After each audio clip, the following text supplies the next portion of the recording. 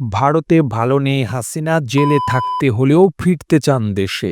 গত ১৫ বছরের রুটিন জীবন থেকে অনেকটাই বিচ্ছিন্ন হয়ে পড়েছেন হাসিনা। একাকী নিঃসঙ্গ জীবনে দিন দিন তার হতাশা বেড়েই যাচ্ছে। যারা তার সঙ্গে ক্ষণিকের জন্য দেখা সাক্ষাতের সুযোগ পাচ্ছেন, তাদের কাছে এমন হতাশার কথাই জানান দিচ্ছেন হাসিনা। প্রয়োজনে জেল জীবনকে মেনে নিবেন, তবুও দেশেই ফিরতে চান হাসিনা। এমন খবরই ভারতের আনাচে কানাচে ব্যাপকভাবে আলোচিত হচ্ছে। ভারতে খুব বেশি যে ভালো নেই হাসিনা, সেটা আজ করা যাচ্ছে ভারতীয় সমাজ পাতার বয়াতে। একাকী নিঃসঙ্গ জীবন আর কত ভালো লাগে, ইয়োগা আর বই পড়ে কতটা সময় কাটানো যায়, এ যেন সাজাবিহীন জেল জীবন। পরিস্থিতি বিবেচনায় দেশ ছাড়লেও এখন তার মনে উকি দিচ্ছে নানা কল্পনা। একে তো নেতাকর্মীদের রেখে পালিয়ে যাওয়ার অভিযোগ, তার উপর একের পর এক হত্যা মামলা।